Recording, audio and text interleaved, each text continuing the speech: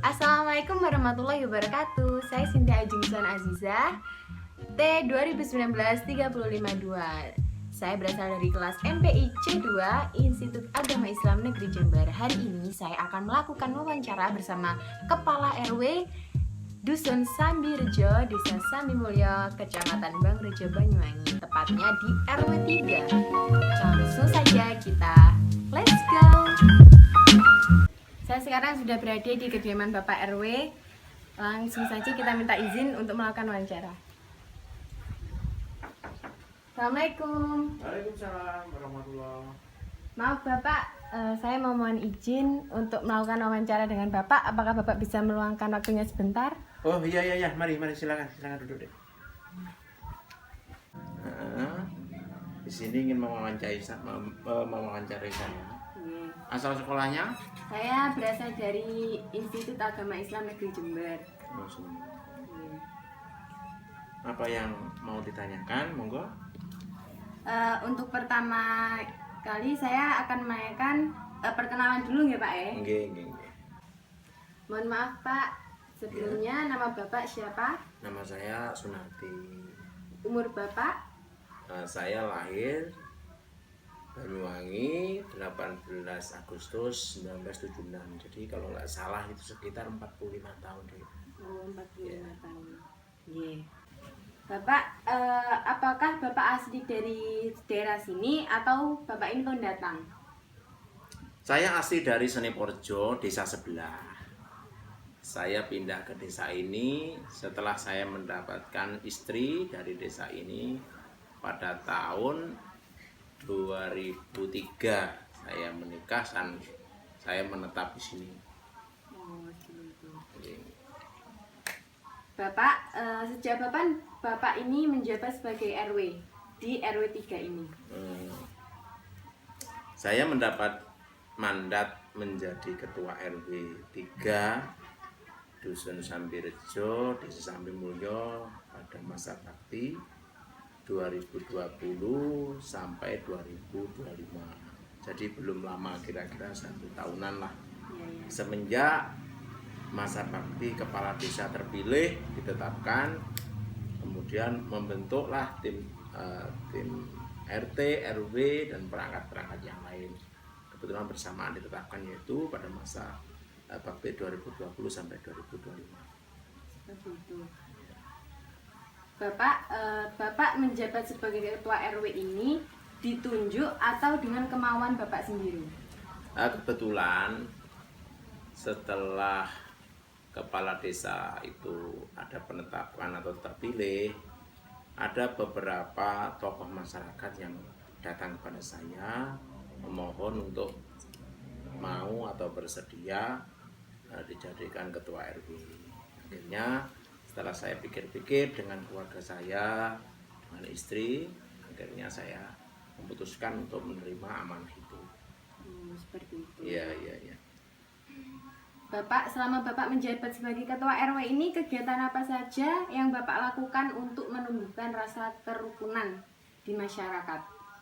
Untuk menumbuhkan rasa kerukunan di masyarakat, gitu Mbak ya. Di wilayah saya ini terdiri dari beberapa musola dan ada 2 buah masjid. Nah, terutama di RT 3 RW 3 ini ada 1 masjid. Nah, masjid itu bisa menjadi sarana menumbuhkan rasa kebersamaan, menumbuhkan rasa kerukunan itu dari kegiatan-kegiatan yang sudah lama terjalin. Misalnya untuk tingkat musola itu ada jamaah tahlil, ada 3 musola, kemudian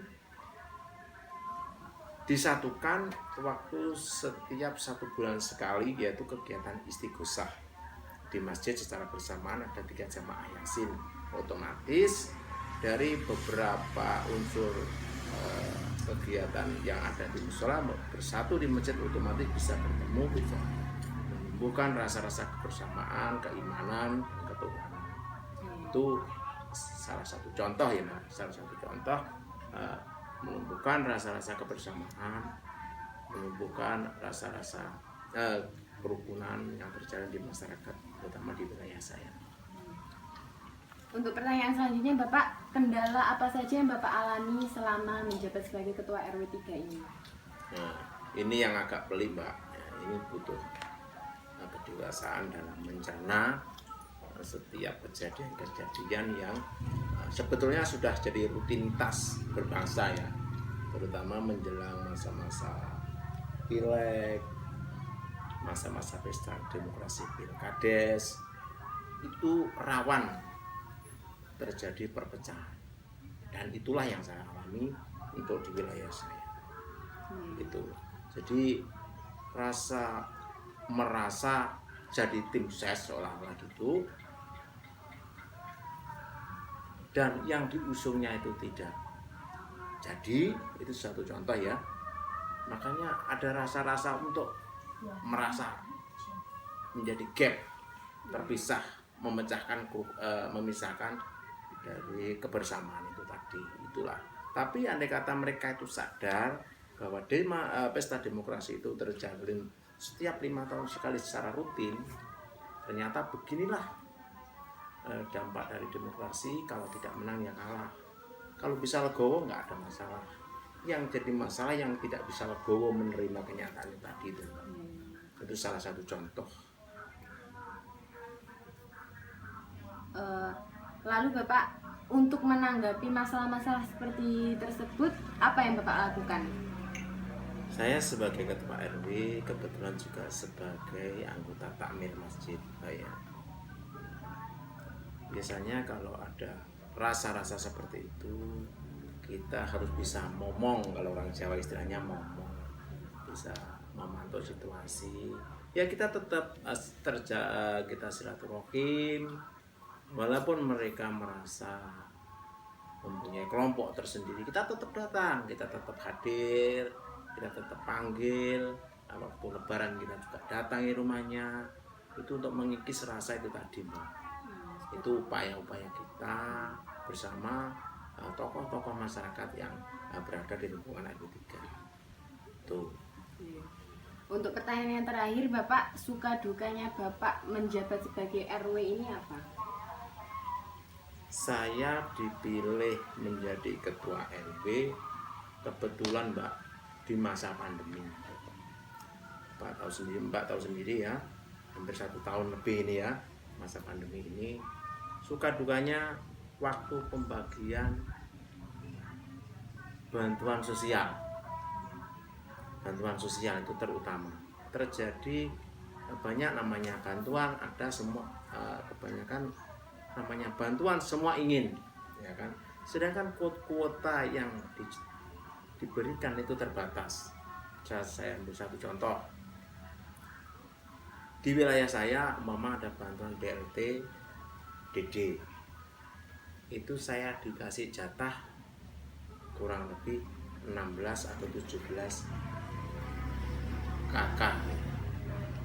Sedangkan satu RW saya itu hampir 200 KK. Mana tuku? Itu perlu pemikiran, Mbak, untuk menyaring, menimbang mana yang perlu didulukan, mana yang nggak perlu dikasih, ya jangan sampai dikasih gitu. Supaya apa? Kita saring dari orang yang tidak punya dulu. Jangan yang kaya dikasih, yang miskin nggak dikasih. Itu nanti masalah lagi. Itu suka dukanya.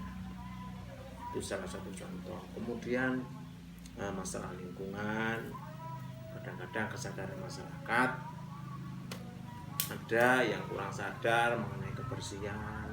Kita dicanangkan masa pandemi ini untuk menjaga kebersihan, menyiapkan apa-apa untuk mencegah supaya virus ini tidak merebak kan. Tapi rasa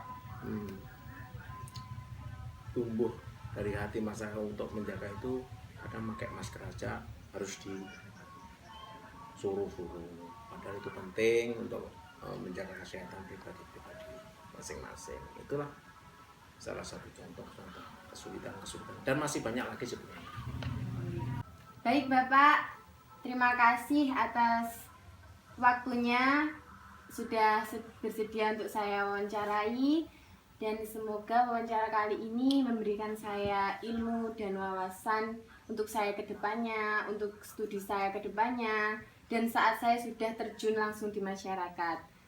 Sekali lagi terima kasih yang sebanyak-banyaknya ya Pak. Sekian wawancara saya dengan Bapak Sunardi selaku Ketua RW 3 Dusun Sambirejo, Desa Sambimulyo, Kecamatan Bangurejo, Kabupaten Banyuwangi. Wassalamualaikum warahmatullahi wabarakatuh. Waalaikumsalam.